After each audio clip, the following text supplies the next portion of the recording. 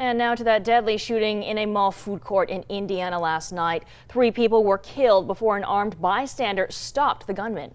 And now we're learning more about what unfolded during that time and the heroic actions of one Good Samaritan. ABC's Morgan Norwood has more.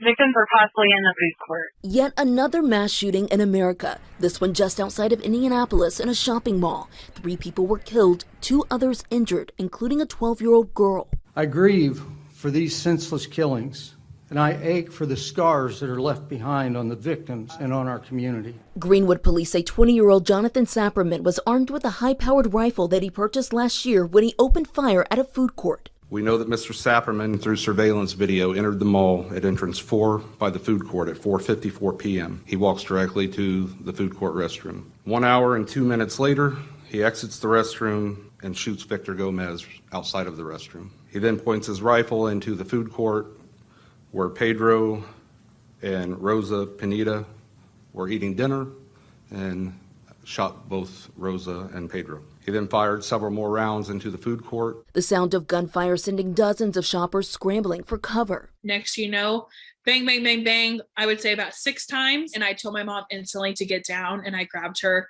arm. And unfortunately, me grabbing her arm, she fell from trying to run. Police going store by store looking for the gunman, only to discover that a 22-year-old who they say had no police training and no military background had already stopped the threat. His actions were nothing short of heroic.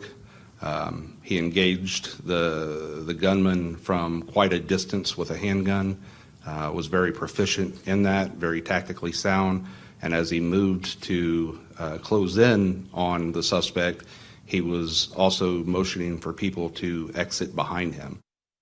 In addition to the rifle that authorities say was used in this attack, they say they recovered a second rifle, a handgun, and hundreds of rounds of ammunition. A motive at this point still under investigation. I'm Morgan Norwood, ABC News, Los Angeles.